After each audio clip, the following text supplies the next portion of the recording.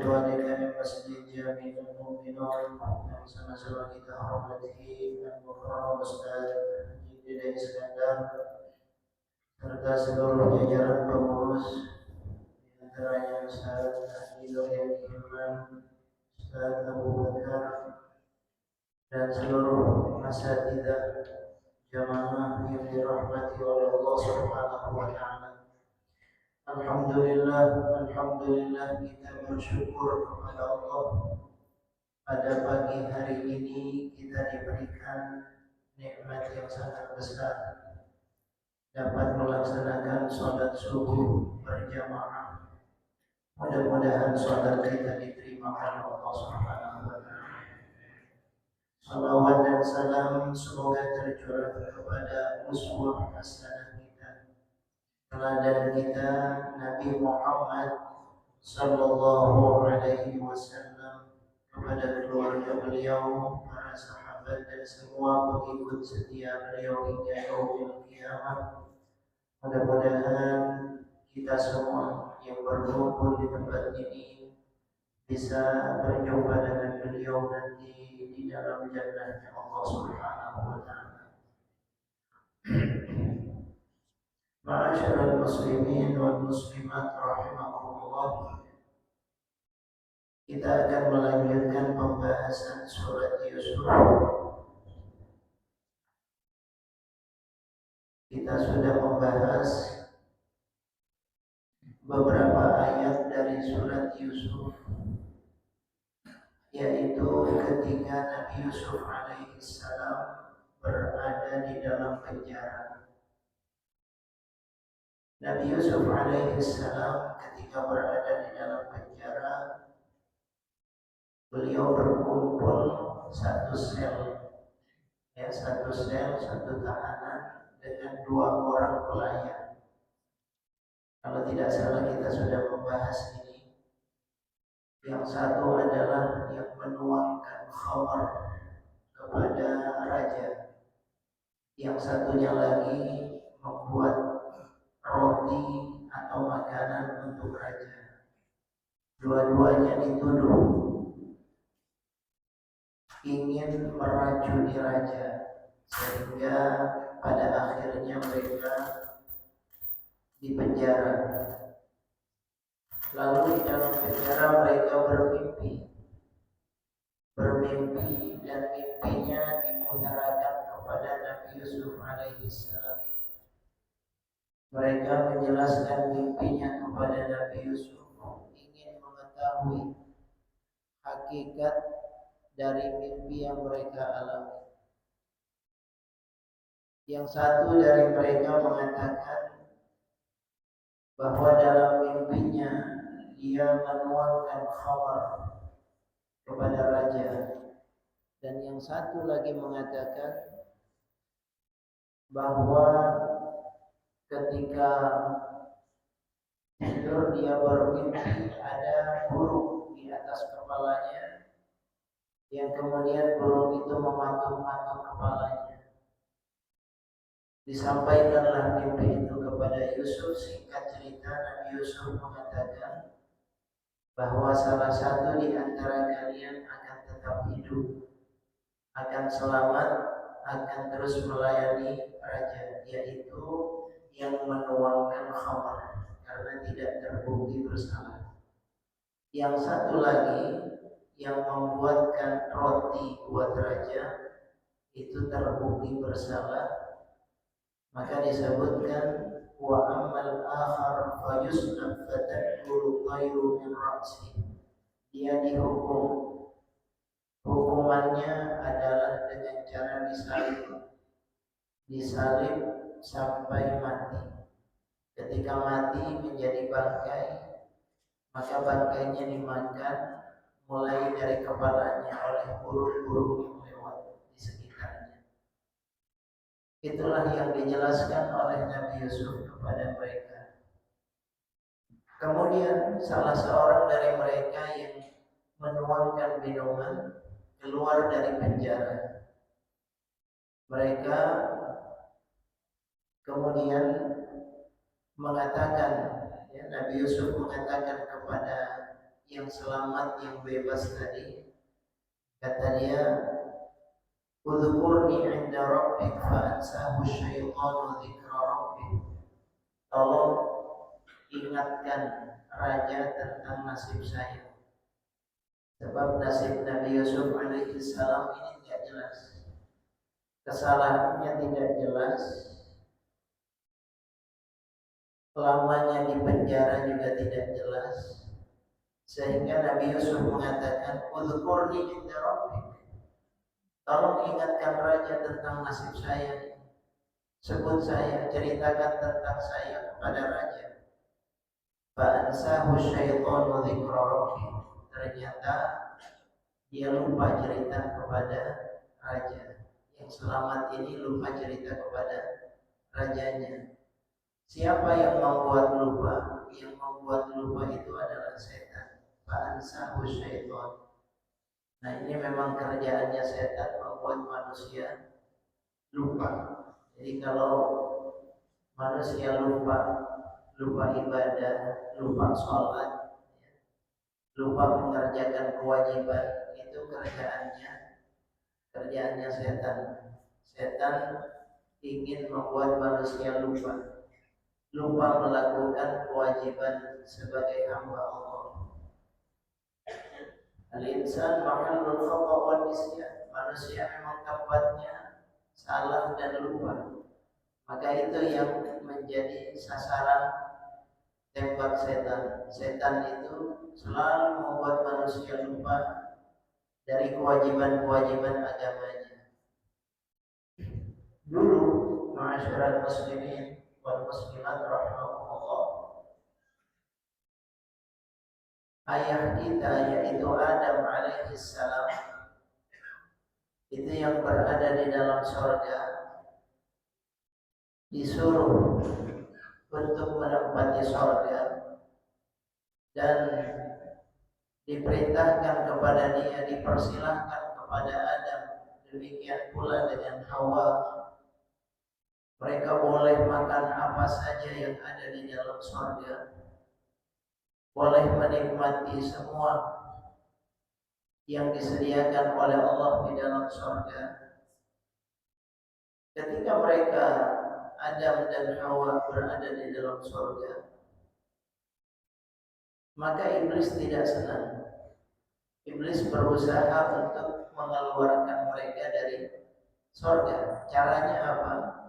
Terus menggoda, merayu Adam dan Hawa alaihi wassalam, dan ternyata berhasil dirayu, berhasil digoda, berhasil ditipu, diperdaya oleh iblis. Apa kata Allah Subhanahu wa taala? Allah taala mengatakan, "Fanasiya wa lam najid lahu azma." Kata Allah taala, rupanya Adam lupa. Jadi penyakit yang sangat berbahaya yang sudah ada sejak zaman Nabi Adam adalah lupa kepada perintah Allah. Lupa kepada perintah Allah ini bahaya. Jadi sejak zaman Nabi Adam alaihi salam lupa terhadap perintah Allah. Lupa bahwa manusia ini adalah hamba Allah, harus beribadah kepada Allah, tunduk dan taat kepada Allah Subhanahu wa taala. Mudah-mudahan kita nggak lupa. Terus ingat kepada Allah, ingat bahwa kita hamba Allah. Harus ingat kita harus ibadah kepada Allah Subhanahu wa taala. Jadi disebutkan di sini, fala bitha fis sijni bid'a sinin, karena sang pelayan itu lupa cerita kepada raja. Akhirnya Nabi Yusuf alaihi salam tetap berada di penjara selama beberapa tahun. Jadi dia mendekam di dalam penjara selama beberapa tahun. Fala bitha fis sijni bid'a sinin. Memang enggak semua orang yang di penjara itu orang jahat, enggak. Tidak semua orang yang di penjara itu pelaku kriminal. Ya. dari dulu ada saja orang-orang soleh, orang baik yang dipenjara karena rekayasa. Ya, karena rekayasa. Banyak ulama-ulama kita yang dipenjara itu banyak. Imam Ahmad pernah dipenjara. Ya, Ibnu Taimiyah pernah dipenjara. Bahkan termasuk diantaranya adalah ulama-ulama kita di Indonesia dulu juga banyak yang dipenjara, diantaranya Hamka. Hamka itu dipenjara dalam waktu yang cukup lama sampai dia membuat kitab tafsir di dalam penjara yang disebut dengan tafsir Al-Azhar.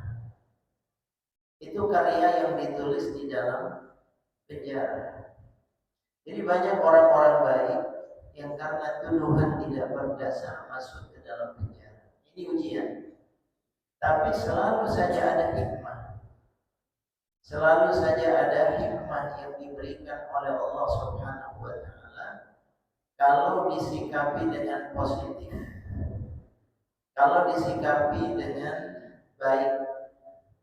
Di sini disebutkan oleh Allah Subhanahu wa taala, wa qala al-malik. Apa hikmahnya Nabi Yusuf tetap berada di dalam penjara? Apa hikmahnya Nabi Yusuf terus mendekam di dalam penjara? Disebutkan oleh Allah, wa qala al-malik. Tidak lama sesudah itu sang raja berkata, ya, raja berkata, Inni ara sab'a baqaratin simanin. Aku bermimpi, kata raja. Jadi rajanya juga bermimpi, tapi mimpinya aneh. Inni ara, kata dia, saya bermimpi, mimpinya sangat kuat, terus terngiang-ngiang. Dia nggak bisa lupa dengan mimpinya. Maka dipergunakan fi'il mudhari, ara. Maksudnya terus seakan-akan mimpi itu melekat pada pikirannya. Saya bermimpi, katanya raja. Apa mimpinya raja? Dia mengatakan, Inni ara sab'a baqaratin simanin. Bahwa aku melihat 7 ekor sapi yang gemuk. Jadi raja bermimpi melihat 7 ekor sapi yang gemuk. Ini kata 7, jemaah sekalian, ya, angka 7 di dalam Islam itu memang sering disebutkan. Ada 7 lapis langit, sab'a samawat. Neraka juga itu ada berapa lapis, berapa tingkatan? Ada 7 tingkatan neraka itu. Maka kita sering dan dianjurkan kita untuk membaca sesudah sholat, Allahumma ajirni minan nar. Berapa kali? 7 kali. Kenapa? Biar kita selamat dari 7 neraka itu. Di antaranya. Jadi baca itu, habis sholat baca. Ya, biar kita selamat dari neraka. 7 juga kita dapatkan dalam sejumlah hadis. Itu kalau tawaf, berapa kali tawafnya? 7 kali tawafnya. Sa'i baina Shafa wal Marwah, berapa kali? 7 kali juga. Jadi angka 7 ini angka yang sering disebutkan. Kalau kita makan kurma ajwa, itu sunnahnya berapa? 7 juga. Jadi angka 7 ini sering disebutkan di dalam Al-Quran dan dalam hadis-hadis Nabi kita, Nabi Muhammad Sallallahu Alaihi Wasallam. Nah, di sini disebutkan raja ini juga mimpi ada 7 ekor sapi yang gemuk. 7 ekor sapi yang gemuk. Ya'kuluhunna sab'al ijab. 7 sapi yang gemuk ini dimakan oleh 7 sapi yang kurus. Ini kan aneh. Jadi yang gemuk-gemuk dimakan oleh yang kurus. Makanya hati-hati yang gemuk. Ternyata yang kurus bahaya juga. Jadi dalam Al-Quran disebutkan 7 ekor sapi yang gemuk dimakan oleh 7 ekor sapi yang kurus. Ini mimpinya dia bingung, kok bisa mimpi begitu itu? Gimana ini ceritanya? Mimpinya semacam itu dan mimpinya jelas. Kemudian disebutkan sab'an wa sab'a subulatin khudrin wa ukhra yabisat. Dan ada 7 tangkai yang segar, 7 tangkai yang segar itu dimakan oleh 7 tangkai yang kering. Jadi yang segar malah dimakan oleh yang kering. Ini tambah bingung lagi, kok bisa begini? Ini apa maksudnya? Maka raja mengatakan ketika dia bermimpi semacam itu, dia berkata, ya ayyuhal malak. Katanya raja, wahai para pembesar. Biasanya kan raja punya orang-orang dekat, ya orang-orang dekat, pejabat-pejabat penting, penasehat-penasehat raja itu dikumpulin itu semuanya. Ya ayyuhal malak, katanya raja, wahai kolega-kolega, penasehat-penasehat di sini. Aftuni fi ru'yaya in kuntum lirru'ya ta'burun. Katanya raja, tolong jelaskan kepadaku apa makna dari mimpiku ini. Apa makna dari mimpiku ini? Ya, bingung sebab 7 ekor sapi yang gemuk dimakan oleh 7 ekor sapi yang kurus. Ada 7 tangkai yang segar, yang hijau dimakan oleh 7 tangkai yang kering. Ini maksudnya apa? Jadi raja minta penjelasan dari para pembesar yang ada di sekitarnya. Aftuni fi ru'yaya in kuntum lirru'ya ta'burun. Kalau kalian memang tahu. Sebab ini mimpi, ya takwil mimpi, takbir mimpi ini enggak semua orang tahu. Ini hanya orang-orang tertentu, hanya orang-orang yang istimewa yang tahu tentang takwil mimpi. Ya, ini ilmu yang istimewa, ilmu yang istimewa. Ada satu kitab jemaah sekalian ditulis oleh Ibnu Sirin. Itu judulnya Takbir Mimpi. Itu lengkap. Karena beliau memang menguasai tentang itu. Allah Ta'ala berikan pengetahuan itu kepada orang-orang pilihan. Nah, disebutkan ketika raja meminta kepada mereka untuk menjelaskan makna dari mimpinya, mereka berkata, qalu, artinya mereka semua yang hadir di situ mengatakan, Allahu a'lam. Ini mimpinya ribet yang begini. Mimpinya ini susah ditakwil. Ya. Mimpinya tidak bisa ditakwil. Wa ma nahnu bitawilil ahlami bi'alimin. Kata mereka, kami ini enggak ngerti masalah takwil mimpi. Mereka jujur mengatakan ini. Ya, bahwa mereka tidak tahu tentang takwil mimpi. Apa maksud dari mimpinya itu? Mereka mengatakan tidak tahu. Dan jamaah yang dirahmati oleh Allah Subhanahu wa taala, memang harusnya semacam itu. Kalau kita tidak tahu tentang satu masalah, jangan pura-pura tahu. Ya, kalau nggak tahu bilang nggak tahu, terus terang aja.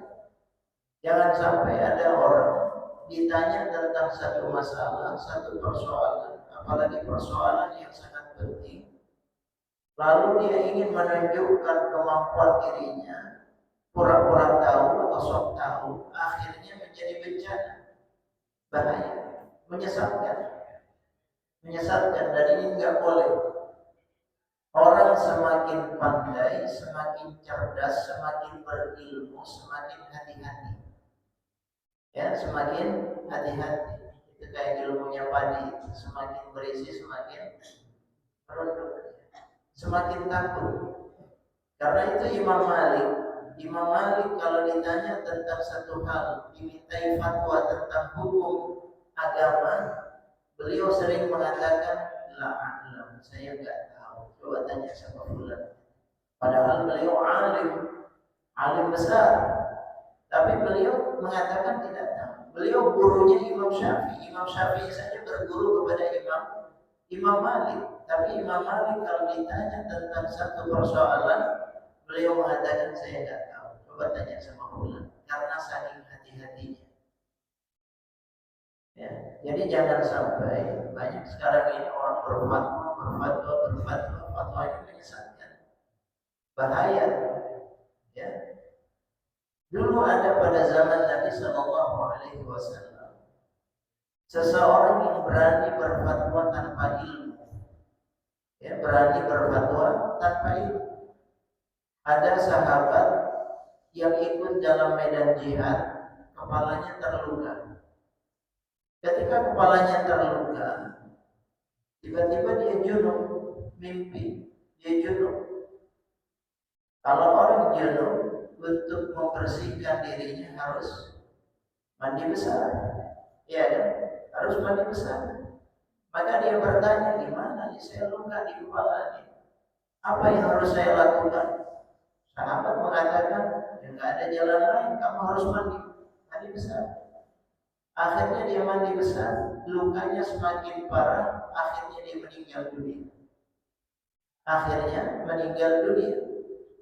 Sampailah berita ini kepada Nabi kita, Nabi Muhammad Sallallahu Alaihi Wasallam. Ketika mendengar hal ini, Nabi marah luar biasa. Kata Nabi, qatalahu Allah. Keterlaluan, kata Nabi. Kata Nabi, kalau nggak tahu nanya dulu sama yang ngerti. Fas'alu ahla dzikri in kuntum la ta'lamun. Jangan ngasih fatwa tanpa ilmu, bahaya. Akhirnya nyawa orang jadi taruhannya. Ya mestinya kata Nabi, kalau dalam kondisi yang semacam itu, nggak usah dialiri air, ya, nggak usah mandi semua badannya. Yang luka itu cukup diusap. Jadi ada caranya. Semua itu dengan ilmu. Nggak bisa main-main. Apalagi urusan agama. Nah, jadi di sini disebutkan bahwa para pembesar itu dengan jujur mengatakan, wa ma nahnu bitawilil ahlami bi'alimin. Kami tidak tahu. Kalau urusan mimpi itu kami tidak tahu. Wa qala alladhi naja minhuma. Maka sang pelayan yang selamat ketika berada di dalam penjara bersama dengan Nabi Yusuf, dia tahu kapasitasnya Nabi Yusuf, dia tahu kemampuan Nabi Yusuf, maka dia mengatakan, karena pelayan raja kan dekat sama raja, sehingga dia mengatakan, wa qala alladhi naja minhuma wa dzakara ba'da ummatin. Dia ingat, tiba-tiba dia ingat sama Nabi Yusuf. Kalau kaitan dengan mimpi, langsung dia ingat Nabi Yusuf. Sesudah lama dia lupa. Ya, padahal dulu Nabi Yusuf minta biar dia cerita tentang nasibnya kepada raja. Dia lupa cerita tentang nasibnya Nabi Yusuf. Pas raja mimpi, dia ingat lagi sama Nabi Yusuf. Wa dzakara ba'da ummati. Apa kata dia? Ana unabbi'ukum bita'wili. Aku akan jelaskan, aku akan ceritakan, aku akan jelaskan masalah mimpimu ini. Tapi tolong fa'arsilun, kirim saya. Maksudnya kirim saya ke penjara. Saya mau ketemu dengan Nabi Yusuf. Saya mau minta penjelasan dari Nabi Yusuf alaihi salam. Fa'arsilun, kata dia. Maka dia diberikan kesempatan oleh raja untuk bertemu dengan Yusuf alaihissalam. Maka dia pergi ke penjara, dia temui Nabi Yusuf. Ketika berada di penjara, bertemu dengan Nabi Yusuf, dia langsung memanggil Nabi Yusuf. Yusuf ayyuhas siddiq, kata dia. Wahai Yusuf, wahai Yusuf katanya. Ayyuhas Siddiq, orang yang jujur. Masya Allah. Jadi sifat Nabi Yusuf itu adalah jujur, benar. Dan ini sifat para nabi, semua rasul, semua orang soleh yang dekat dengan Allah, sifat mereka adalah jujur. Mereka tidak bohong. Jadi kalau kita ingin dimuliakan oleh Allah, jadilah orang yang jujur. Jujur ini adalah sifat yang luar biasa. Disebutkan dalam Al-Quran. Ketika Allah cerita tentang Nabi Allah Ibrahim, apa kata Allah Ta'ala dalam Al-Quran? Wadhkur fil kitabi Ibrahim innahu kana siddiqan nabiyya. Kata Allah, ceritakan tentang Nabi Allah Ibrahim, bagaimana hidupnya. Innahu kana siddiqan nabiyya. Ibrahim itu orang yang siddiq, orang yang jujur. Nabi Ibrahim itu, dan Nabiya baru disebutkan posisi dia sebagai nabi. Jadi dia adalah orang yang jujur, yang diangkat sebagai nabi oleh Allah Subhanahu wa Ta'ala. Begitu pula tentang Nabi Allah Idris dalam Al-Quran. Wadhkur fil kitab Idris innahu kana siddiqan nabiyya. Idris juga begitu, orang yang jujur dan dia adalah nabi. Ismail juga sama, Nabi Allah Ismail disebutkan oleh Allah, wadhkur fil kitab Ismail innahu kana shadiqal wa'di wa kana rasulan nabiyya. Nabi Allah Ismail itu adalah orang yang jujur, kalau berjanji selalu dia menepati janji. Shadiqal wa'di. Apalagi Nabi kita Nabi Muhammad sallallahu alaihi wasallam, orang yang sangat jujur beliau. Jadi jujur ini Masya Allah sifat yang istimewa. Selalu Allah Ta'ala muliakan orang-orang yang jujur. Nah di sini disebutkan sifat utama dari Nabi Allah Yusuf adalah jujur. Beliau kan lama bersama dengan Nabi Yusuf, satu sel dengan Nabi Yusuf, tahu bagaimana sikapnya Nabi Yusuf, karakternya Nabi Yusuf, tutur kata Nabi Yusuf, semua ya, yang berasal, yang dimiliki oleh Nabi Yusuf diketahui oleh beliau. Maka beliau mengatakan, Yusuf ayyuhas siddiq, wahai Yusuf orang yang jujur.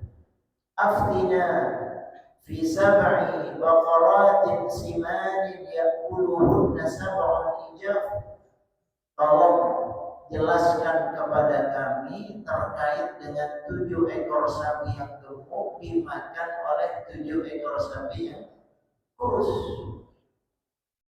Wa ukhra wa sab'i sumbulatin khudrin wa ukhra yabisat, dan 7 tangkai yang segar yang hijau dimakan oleh 7 tangkai yang kering. Tolong wahai Yusuf jelaskan kepada kami apa makna dari mimpi ini. Nah kemudian dia mengatakan la'alli arji'u ilan nas. Mudah-mudahan kalau ada penjelasan darimu, saya bisa kembali kepada orang-orang di luar, masyarakat di luar. Arji'u ilan nas la'allahum ya'lamun. Mudah-mudahan dengan itu mereka jadi faham, mereka jadi mengerti, katanya pelayan tadi. Qala, Nabi Yusuf alaihi salam orang yang istimewa. Padahal beliau posisinya, beliau sedang teraniaya, ya, terzalimi. Beliau di penjara, nggak jelas kesalahannya, nggak tahu dihukum berapa tahun, nggak tahu udah lama dihukum. Orang udah nggak peduli lagi dengan nasibnya Yusuf alaihissalam. Jadi Nabi Yusuf alaihissalam terzalimi, teraniaya, jadi korban. Tahu-tahu dia dimintai tolong oleh raja untuk menjelaskan mimpinya. Coba jamaah sekalian, kalau kita berada dalam posisi yang semacam itu, dizalimi, teraniaya, terus kemudian dimintai tolong, pasti kita akan mengatakan, barangkali dalam benak kita, enaknya aja ntar dulu nasib saya gimana. Mungkin akan itu yang kita katakan. Tapi Nabi Yusuf nggak berpikir ke arah sana. Nabi Yusuf alaihi salam berpikir tentang nasib umat, nasib masyarakat.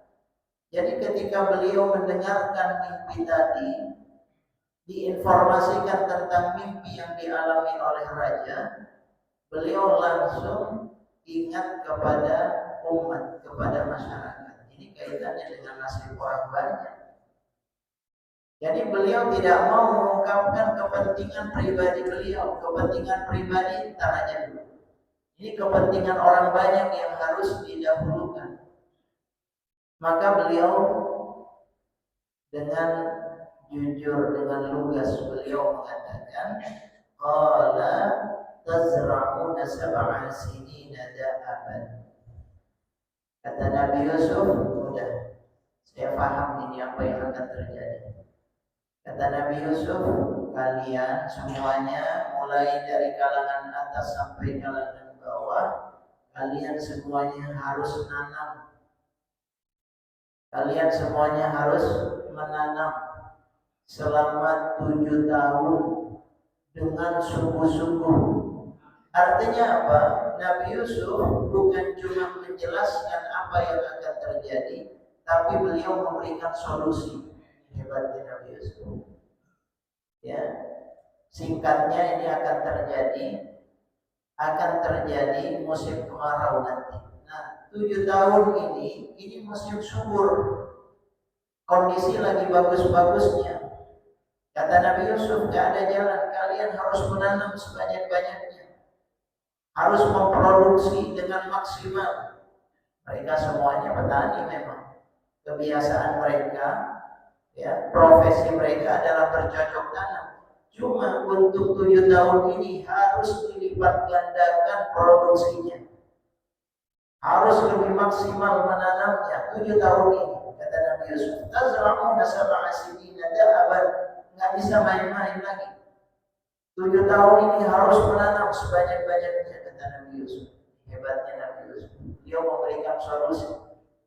Ya, sab'a sinina da'aban, fama hasadtum fadharuhu fi sumbulih. Nanti kalau sudah panen, setiap kali panen dari apa yang kalian tanam itu, maka biarkan itu bulirnya jangan sampai dipisahkan dari tangkainya, dari dahannya. Jadi buahnya itu jangan dipisahkan. Jamaah tahu pohon kurma.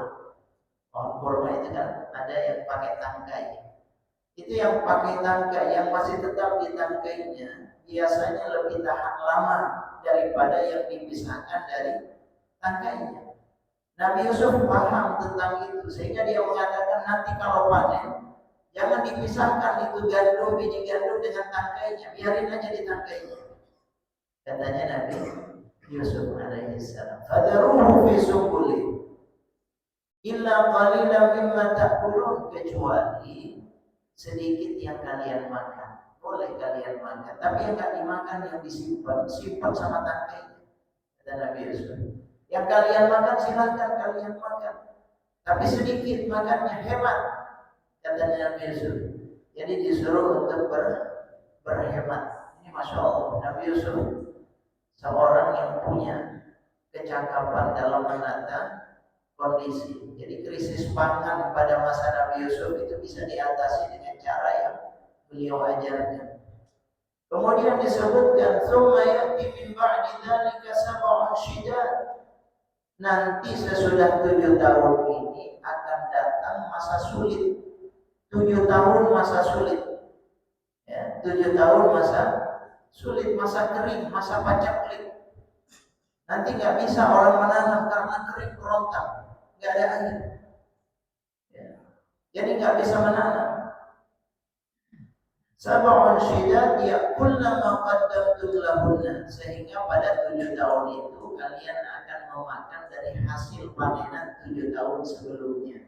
Nah itu maksudnya yang gemuk dimakan oleh yang kurus, yang hijau yang segar dimakan oleh yang kering, itu maksudnya. Jadi Nabi Yusuf menjelaskan hal tersebut. Illa qalilan mimma tuhsinun thumma ya'ti min ba'di dhalika 'amun fihi yughathun nas wa fihi ya'sirun. Nanti sesudah 7 tahun berikutnya kondisinya akan kembali seperti semula. Kalian akan mendapatkan hujan, tanaman kalian akan subur lagi, dan kalian bisa menikmati berbagai makanan dan minuman yang diberikan oleh Allah. Ini yang dikatakan oleh Nabi Yusuf. Jadi itu strategi yang disebutkan oleh Nabi Yusuf alaihissalam untuk mengatasi krisis pangan. Dan di sini raja mengakui kehebatan Nabi Yusuf alaihissalam. Nabi Yusuf sudah nolong raja, ya, dia membantu raja memecahkan solusi. Maka sesudah itu raja mengatakan wa qala al-malik utuni bih. Mana Nabi Yusuf? Panggil Yusuf ke sini. Katanya raja. Mulai Nabi Yusuf akan diberikan kedudukan oleh raja. Insya Allah kita akan lanjutkan pada episode yang berikutnya. Bersambung. Mudah-mudahan ada manfaatnya buat kita semuanya. Wabillahi taufiq wal hidayah. Wassalamualaikum warahmatullahi wabarakatuh.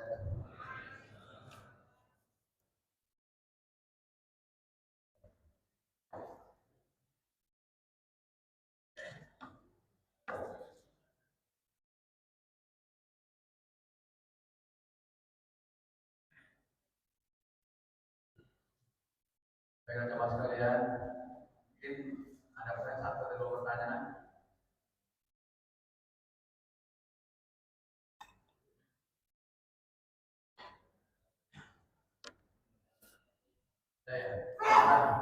Demikianlah kajian kita pagi ini.